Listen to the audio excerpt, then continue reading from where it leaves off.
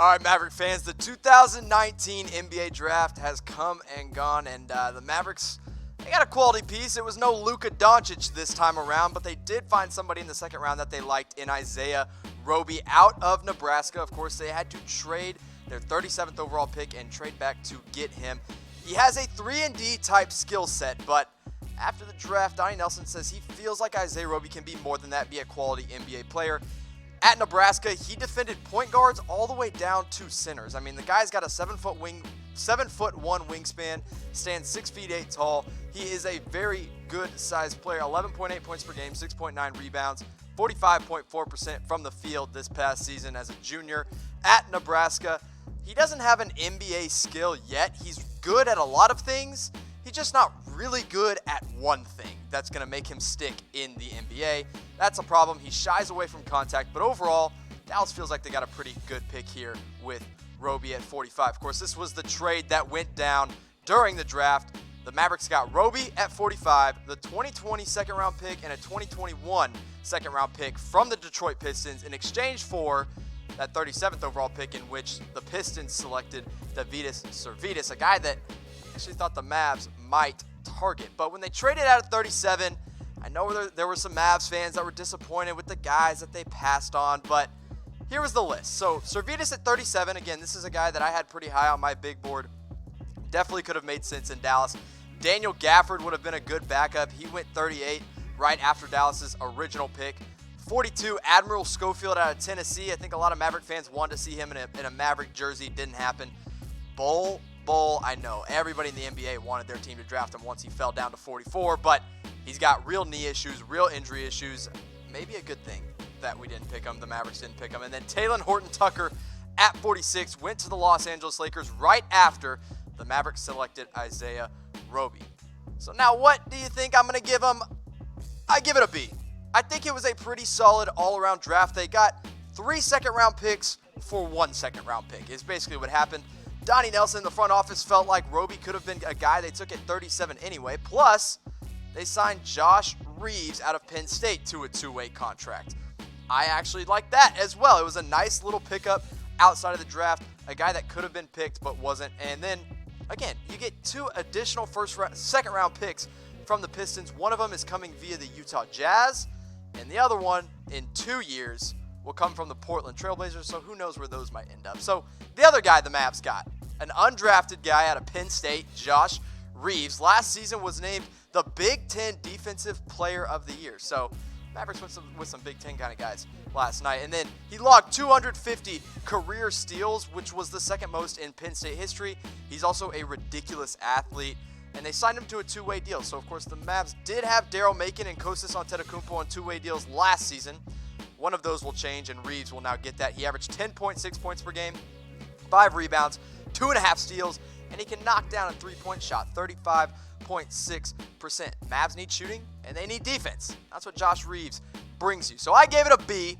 Pretty solid. Could have done a little better with some of the guys they passed up on. But I want to know from you guys, from Mavs Nation, what do you grade the Mavericks 2019 NBA Draft? Isaiah Roby, Josh Reaves. I'm sure there's some other undrafted guys coming in soon. But now we turn the page from the draft, which is just, it's the salad, it's the appetizer. But now we're getting to the meat and potatoes. We're getting to free agency. That's where it all starts for the Dallas Mavericks. Number 1 guy is Kemba Walker. Of course, he is eligible for that Supermax contract with Charlotte, which he said he'd take less than, but I don't believe it, to stay in Charlotte. And then Dallas is reportedly the biggest threat to sign him away this summer. Believe that. And really, Walker next to Luka Doncic is just another playmaker. You know that Rick Carlisle loves to play 2 playmakers in the same lineup, and that's what Kemba Walker plus Luka give you. 25.6 points per game to go along with 5.9 assists and 4.4 rebounds this past season after he was named to an All-Star team. And the Hornets missed the playoffs yet again because Charlotte just can't put anything around Kemba Walker. He's been their franchise guy now for 8 years. They've made the playoffs just twice with him at the helm of everything. And in large part because Charlotte's got some of the worst contracts on their books that you've probably ever seen. Nicholas Batum, 9.3 point per game scorer last season, is getting paid $25 million. Bismack Biyombo put up 4.4 points per game. They'll probably look to try to waive him or trade him if somebody wants to take on that contract for $17 million per year. Marvin Williams picked up his option, $15 million per year. He's fine, I guess. Cody Zeller, whatever, 10.1 points per game. He's also making $14 million. And then Michael Kidd-Gilchrist is a pick that just never panned out and is getting paid $13 million a year from Charlotte, which really hampers any chance Charlotte would have to put talent around Kemba Walker.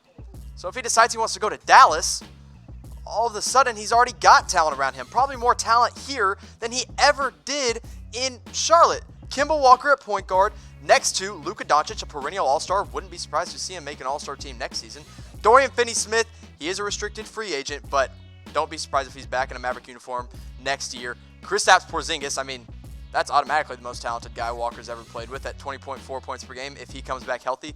And then Dwight Powell, who did choose to pick up his option, might get an extension from Dallas, 10.6 points per game, your rim rolling center that Kemba Walker can throw some lobs up to. So you look at the four teams, because it's not just Dallas and it's not just Charlotte that are interested in Kemba Walker. I mean, if you got a guy that scores 26 points per game, people are going to be calling you and your agent. So the Los Angeles Lakers, that's another team. They're in desperate need of a point guard. Why not chase after Kemba Walker? They're definitely going to try it. The New York Knicks, I've got them as a distant fourth here, kind of separated from the pack, but if they swing and miss on guys like Kevin Durant, Kyrie Irving, and Jimmy Butler even, maybe Kemba Walker does make some sense in New York for a max contract. So you see what Kemba has on the floor with him right now, and if he decides to go back to Charlotte, and it ain't pretty. Kemba's 25.6 points per game, leads the team by a sizable margin. And then you got Malik Monk, Miles Bridges, Nicholas Batum, and Cody Zeller. And you can't shake anything up because you don't have the money to do it because of what you're paying these other guys and because of what you would have to pay Kemba Walker. Not to mention, the Hornets just got PJ Washington, but Charlotte doesn't even expect him to be in the NBA all year next year. He's going to spend some time in the G League. So Dallas is a real threat. I mean, it's not just fans that believe that. It's a lot of people that are hearing things about the Dallas Mavericks. Mark Stein, who's been plugged in with the Mavs for quite some time, says this. If you said name the team Charlotte is most concerned about, it would not be the Lakers. It would not be the Knicks. It would be the Mavericks. Now, there's a lot of guys that say a lot of things about a lot of players and a lot of teams. But Mark Stein, if he's saying something about the Dallas Mavericks, you can trust it that he's hearing some good things. So the Mavs, they are a real threat to sign Kemba Walker this summer. 25.6 points per game next to Luka Doncic. Sign me up.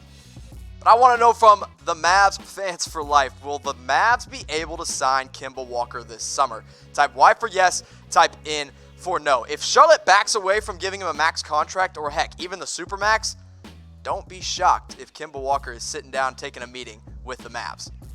Now, another guy expected to give the Mavs a sit-down meeting once free agency opens is Patrick Beverley. He's planning to meet with up to 5 teams before he even talks to the Los Angeles Clippers again this summer as he enters an unrestricted free agency. And Dallas is one of those 5 teams.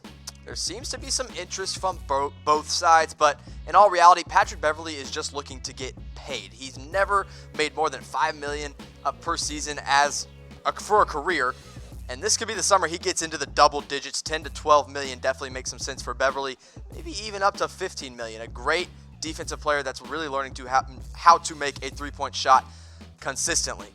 And one of the things that Beverley's signing does is it allows Dallas to open up space for other guys that aren't going to get max contracts. A guy like Danny Green, who just went to the NBA Finals with the Raptors, a good three-point shooter, another good defender.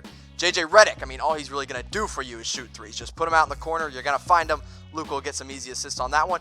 And then Seth Curry, a former Maverick, could be a good player off the bench. But when you're signing Patrick Beverley, I don't think they'll be looking for another point guard. I think they go a different route, like a guy like Danny Green, who did put up 10.3 points per game. You're not going to ask him to do a whole lot in Dallas next season, but a starting backcourt of Patrick Beverley and Danny Green is pretty nice for Dallas. So you go get Beverley and Green for 10 to 12 million apiece. Throw them in there with Luka Doncic, Kristaps Porzingis. Those are your 2 main scorers, and you get some lob threats from Dwight Powell. It's a very versatile lineup with a lot of good defense.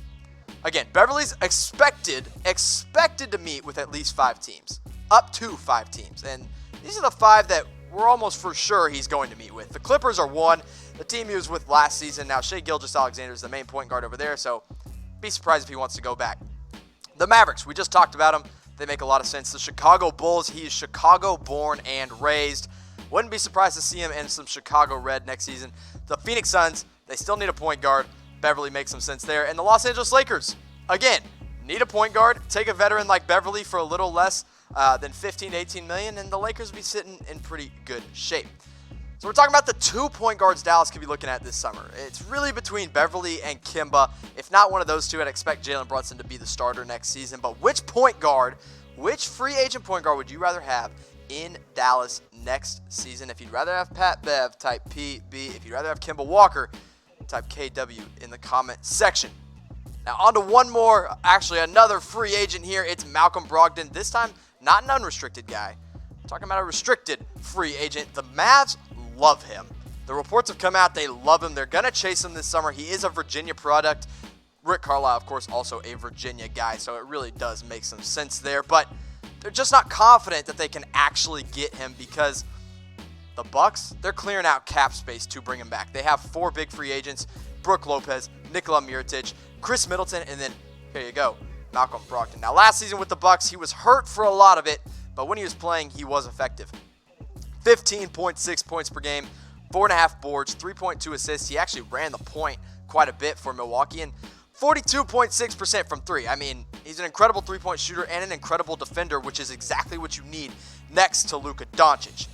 Now, I said that he could run the point. He did it in Milwaukee, but I wouldn't see that happening in Dallas. I think it makes more sense for him to slot in as a starting 2 guard with the Mavericks, next to Jalen Brunson, a second-year point guard that I expect to have a big role next season. Luka Doncic, Porzingis, and Powell, that front court does not change unless for some reason they find some big-name center they want to try to play. But if they're going to try to get him away from Milwaukee, they might have to offer him a max contract, which is kind of nuts if you think about it. I mean, I think he's like an 18 to 22 million a year type player, but who knows? I wouldn't be mad if we maxed him out, but I wouldn't love it if they maxed him out. But I want to know from Dallas Maverick fans all around, should they max out Malcolm Brogdon this summer? Let me know in the comment section. Now on to another rumor. This one has been hot among Mavs fans. It's Al Horford. You either love the idea or you hate the idea. Reports came out pretty early on once he opted out of that contract with Boston and everything fell apart, just like all of Boston is right now, that some considered him to be the favorite. Some considered Dallas to be the favorites to land him in unrestricted free agency. And then after that, Dallas reporters came out and they said, no, that's not the case. He's going to be making $100 million over 4 years at 33 years old. The Dallas Mavericks don't want to do that. But they're still going back and forth. We still don't know which way the Mavs are leaning or where they stand on actually picking up Al Horford this summer. He would obviously start right away in the center position, even though they do have Dwight Powell and they do like him. But Horford and Porzingis in the same front court really does make some sense if you take away the fact that Horford is about 8 years older than Kristaps Porzingis. Brunson and Hardaway, that's your kind of your backcourt. I think they could still go out and sign another scorer, maybe to put in there instead of Tim Hardaway. And then Luka, Horford, Porzingis, 3 pretty good forward/centers there. But other teams going to be chasing him because he's a quality big man. He really is. Brooklyn Nets, I'd expect them to throw a contract his way. Lakers, they need a center. I know I've said them on almost everybody, but they need a center and a point guard. So Horford at the Lakers makes some sense. The Clippers got bigger plans to chase Kawhi Leonard, but he could be a backup option. And then the Mavs. Now, one team you don't see up on here, it's the Boston Celtics because he ain't going back there. We all know that at this point.